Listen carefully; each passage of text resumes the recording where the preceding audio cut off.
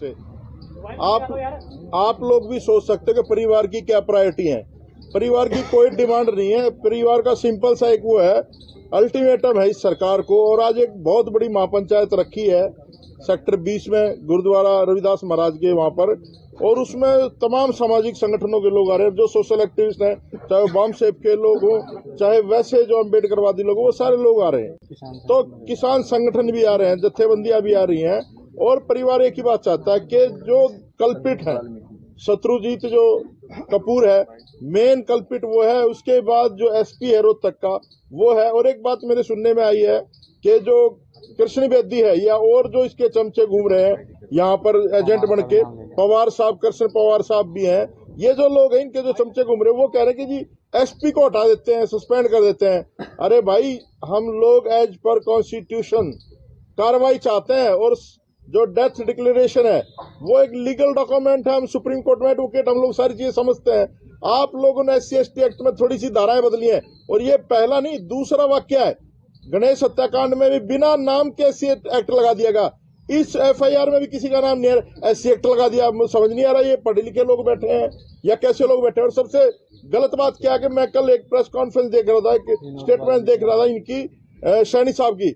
ये कह रहे हैं जी जांच करेंगे, जांच का विषय है।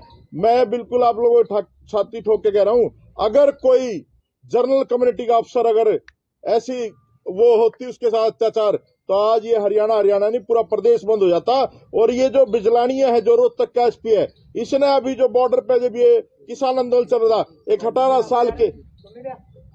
साल एक लड़के युवक के गोली चलवाने का काम किया था, जसकरण काला है ना, जसकरण काला जी को।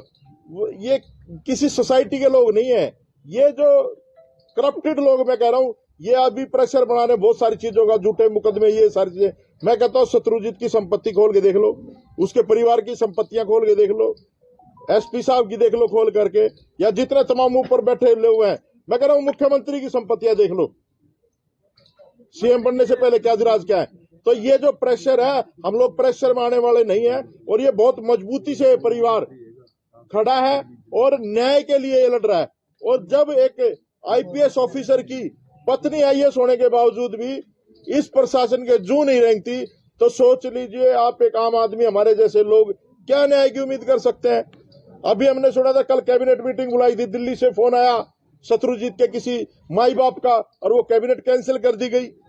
तो ये जो चल रहा है हरियाणा, तो डिक्लेयर कर देना चाहिए अनकॉन्स्टिट्यूशनल स्टेट, एट्रोसिटी का हब बन चुका हरियाणा तो। और मैं तो एक मुख्यमंत्री जी से भी ये मांग करता हूं कि अगर वो एक DGP को नहीं हटा पा रहे हैं,